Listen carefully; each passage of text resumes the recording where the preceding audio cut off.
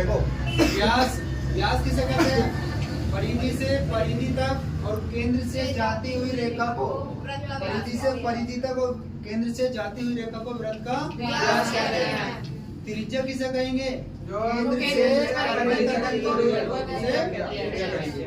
अगर बात आती है कि त्रिज्या और व्यास में संबंध, कई बार ये न्यूमेरिकल में क्वेश्चन आ जाता है और कई बार जो है इसका ऑब्जेक्टिव में क्वेश्चन ऐसी दे देगा, संबंध पूछ लेगा। तो आर और डी में क्या संबंध होता है? आर बराबर होता है डी बटे 2, ठीक है, अर्थात त्रिज्या व्यास की आधी होती है। ये चीजें तुम पढ़ चुके हो पहले। तो वृत्त की परिधि क्या होती है? वृत्त का क्षेत्रफल स्क्वायर, ठीक, इतना समझिए आप। इधर देखो, ये नई चीजें पढ़नी है, 10th क्लास में नई चीजें पढ़ते हैं हम। क्या? एक तो एक वृत्त बनाने के बाद में त्रिज्या के द्वारा खंड काटे जाएंगे, मतलब टुकड़े काटे जाएंगे। तो त्रिज्या के द्वारा जो काटे गए खंड है वो त्रिज्या खंड कहलाते हैं। अगर छोटा टुकड़ा काटेंगे तो लघु त्रिज्या खंड, और बड़ा टुकड़ा कटेगा तो दीर्घ त्रिज्या खंड, ठीक है। ये हो गया हमारा लघु त्रिज्या खंड। ये जो दिख रहा है ना, ये तरबूज की फांक सी जो दिख रही है, बिल्कुल ऐसे निकालेंगे तरबूज ऐसे गपगप खाओगे, लघु त्रिज्या खंड हो जाएगा, ठीक है। और बाकी जो बचा हुआ हिस्सा दीर्घ वाला वो हो जाएगा हमारा दीर्घ त्रिज्या खंड। इसी तरह से एक वृत्त बनाएंगे, वृत्त बनाने के बाद में ये जीवा खींचेंगे, ठीक है।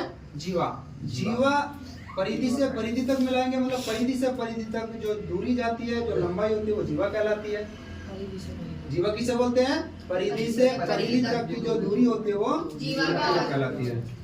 कहने का मतलब ये है कि जो जीवा के द्वारा जो खंड कटेगा अर्थात टुकड़ा कटेगा, ये हमारा वृत्त खंड कहलाएगा।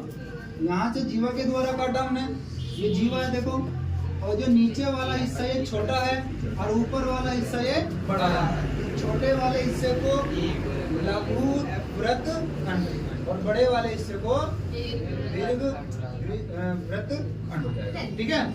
इतना हो गया। इसके बाद में इसका फॉर्मूला तैयार करेंगे, लघु त्रिज्या खंड का क्षेत्रफल। तो लघु त्रिज्या खंड का क्षेत्रफल निकालने के लिए हमें क्या करना पड़ेगा? केंद्र से परिधि तक, केंद्र से परिधि तक। देखो ना, यहाँ पे क्या हुआ है? त्रिज्या के द्वारा काटा गया खंड है, तो इसका क्षेत्रफल निकालना है, जो मैं ये ब्लू से नोटिट कर रहा हूँ। ये वाला हिस्सा में निकालना है। तो क्षेत्रफल क्या होता है? वृत्त का क्षेत्रफल होता है पाई आर स्क्वायर। तो लघु त्रिज्या खंड का क्षेत्रफल निकालने के लिए आपको थीटा बटे 360, थीटा बटे 360 क्यों किया? क्योंकि यहाँ पर एंगल कुछ ना कुछ दिया जाएगा, चाहे 30 डिग्री दे, 60 डिग्री दे, 90 डिग्री दे, 120 दे, जो भी वो देगा, ठीक। और पूरा का पूरा सर्किल कितना हो जाता है? 360 डिग्री का, 360 पर। तो थीटा बटे 360 गुना पाई आर स्क्वायर, क्योंकि वृत्त का क्षेत्रफल पाई आर स्क्वायर होता है।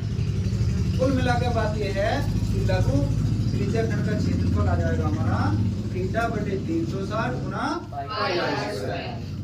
इसके बाद में इसी तरह से दीर्घ त्रिज्या खंड का क्षेत्रफल निकालेंगे।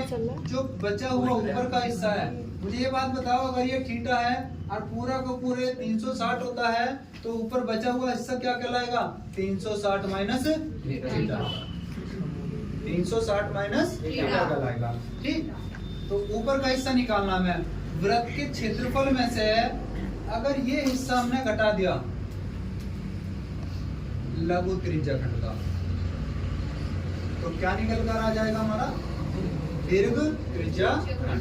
यही चीज मैंने यहाँ लिखी है, वृत्त के क्षेत्रफल में से क्या घटा दिया है? लघु त्रिज्या खंड घटा दिया। घटाने के बाद में ये कोशिश यहाँ पर है, वृत्त का क्षेत्रफल पाई आर स्क्वायर, लघु त्रिज्या खंड का ऊपर से हमने थीटा बटे 360 गुना पाई आर स्क्वायर रख लिया। यहाँ से क्या कॉमन आ रहा है हमारा? पाई आर स्क्वायर। जहाँ से सारी चीजें बाहर आ जाती है वहां पर बचता है 1। तो 1 माइनस इधर बचेगा हमारा थीटा बटे 360। 360 एलसीएम लेंगे, 360 की मल्टीप्लाई करेंगे 1 में, तो 360 इधर बचेगा थीटा, अर्थात ये आ जाएगा पाई आर स्क्वायर 360 माइनस थीटा कोण में 360। इसे थोड़ा सा घुमा के लिख देंगे, इससे पहले लिख देंगे और इससे बाद में लिख देंगे।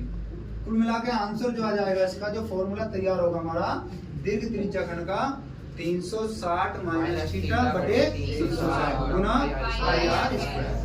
ठीक, दोनों में अंतर क्या है, ऊपर थीटा है और नीचे 360 माइनस थीटा, बाकी दोनों सेम होते हैं। देखो यहाँ भी 360, यहाँ भी 360, यहाँ भी पाई आर स्क्वायर, यहाँ भी पाई स्क्वायर, बस यहाँ थीटा की जगह 360 माइनस थीटा करना है।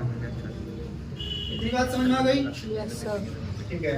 संगत चाप की लंबाई, संगत चाप की लंबाई, ये चाप होती है हमारी ए से लेकर बी तक, और इस चाप को ये परिधि होती है, कितनी परिधि उसने काटी, थीटा बटे 360 तो ऐसे ही रखना है जैसे ऊपर है, गुना 2 पाई आर। क्यों आया? क्योंकि यहाँ पर यहाँ से लेकर यहाँ तक की लंबाई पूछ रहा है, अर्थात चाप की लंबाई परिधि पूछ रहा है, तो परिधि हो जाती है 2 पाई आर, तो थीटा बटे 360 गुना 2 पाई आर। क्लियर है यहाँ तक? ठीक है। इसके बाद में दीर्घ वृत्तखंड और लघु वृत्तखंड, दो फॉर्मूले हो, कैसे कैसे बनते हैं? लघु वृत्तखंड का ये वाला क्षेत्रफल निकालने के लिए क्या काम करेंगे? लघु त्रिज्या खंड में से, मतलब इस पूरे में से, पूरे में से जहां जहां मेरा हाथ जा रहा है, इस पूरे में से क्या घटा देंगे? त्रिभुज का क्षेत्रफल, तो ये वाला हिस्सा अपना आप आ जाएगा। कुल मिला के बात यह है कि लघु त्रिज्या खंड के क्षेत्रफल में से क्या घटा देंगे? त्रिभुज का क्षेत्रफल। लघु त्रिज्या खंड का क्षेत्रफल ऊपर निकल चुका है, थीटा बटे 360 गुना पाई आर स्क्वायर, माइनस त्रिभुज का क्षेत्रफल होता है 1/2 आधार गुना ऊंचाई, और आधार और ऊंचाई दोनों का आर और आर मतलब त्रिज्या है। ठीक है, दोनों को आर से प्रदर्शित करता है, तो 1/2 आर गुना आर करेंगे तो आर स्क्वायर हो जाएगा, इधर हमारा साइन थीटा आ जाएगा।